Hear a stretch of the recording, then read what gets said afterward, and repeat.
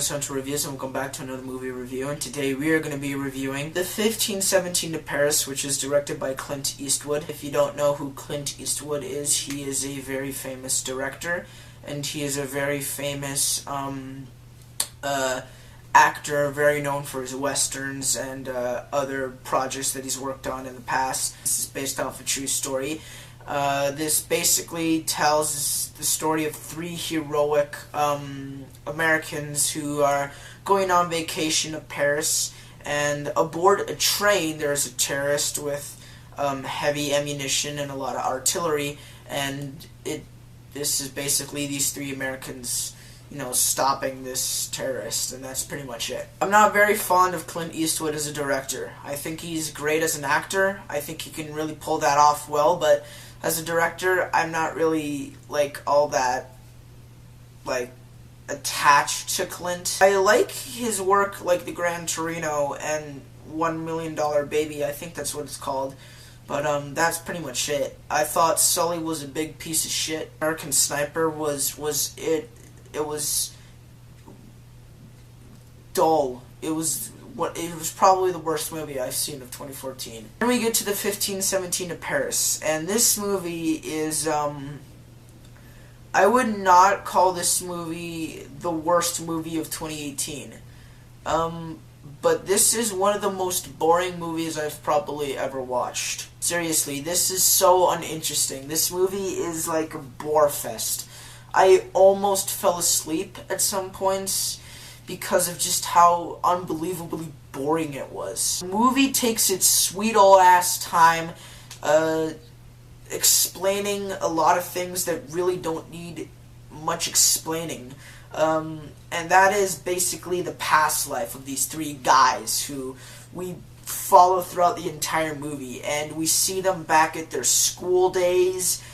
We see them when they're teenagers. And I'm like, this is not stuff that we need to see. And on top of that, the child acting is horrid in this movie, and that's another thing I'll get to later. But yeah, I did not enjoy The 1517 to Paris. However, it's the first movie of 2018 where, so far, or in February at least, that it wasn't a zero. So let's talk about this movie. I'm going to talk about the direction first. Like all Clint Eastwood movies, they look gray as hell. The color palette, just the way the surroundings look, like the set design, just the overall look of it all. It looks like just gray mush. It's awful, and yeah, the direction is lazy here. It's not important. The shots are just, they're awful. It's really bad, actually. And the scene on the train where the terrorist actually does start terrorizing all the people in the train, that's even worse.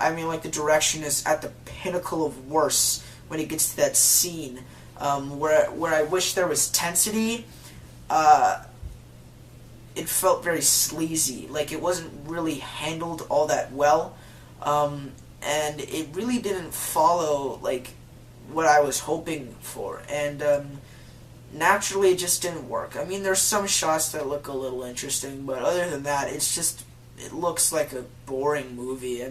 Even though that this movie is so boring, it looks boring as well, and I don't think Clint puts enough time into his movies to actually care about what's going on. The story, as I said, is not very interesting.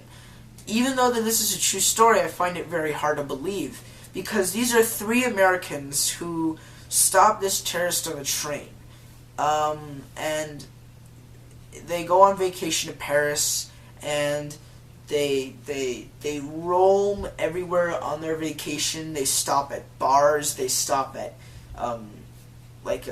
restaurants and cafes, and it's boring.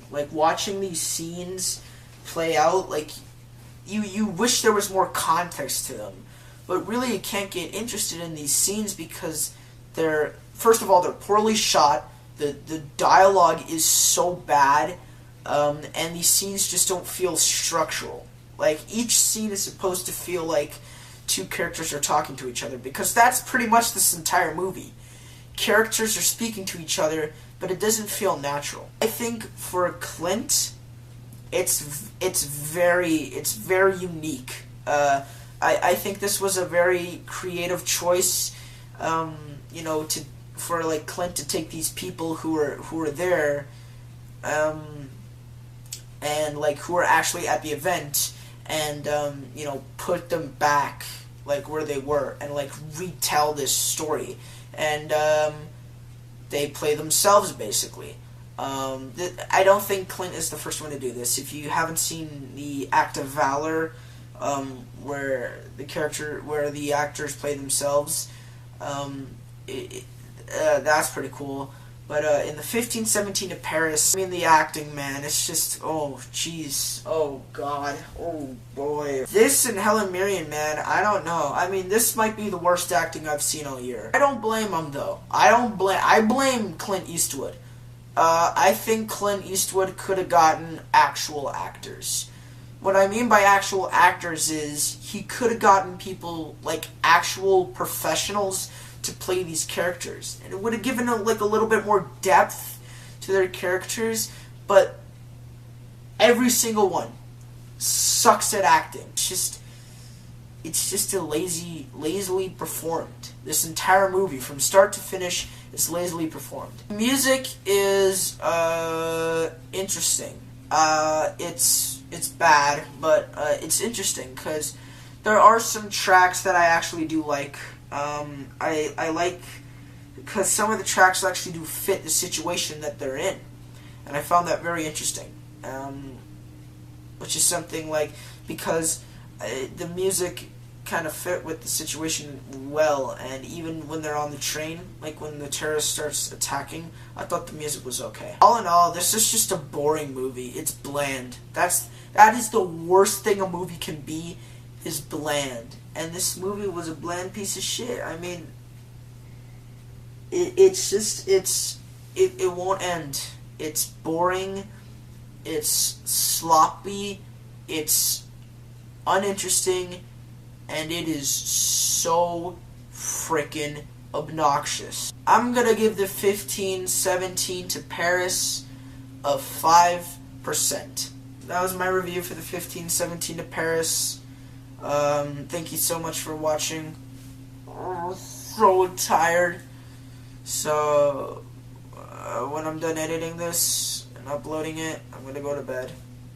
But, yeah, that's pretty much it. Please like, please subscribe, comment any future reviews you want me to do, and I will see you guys later.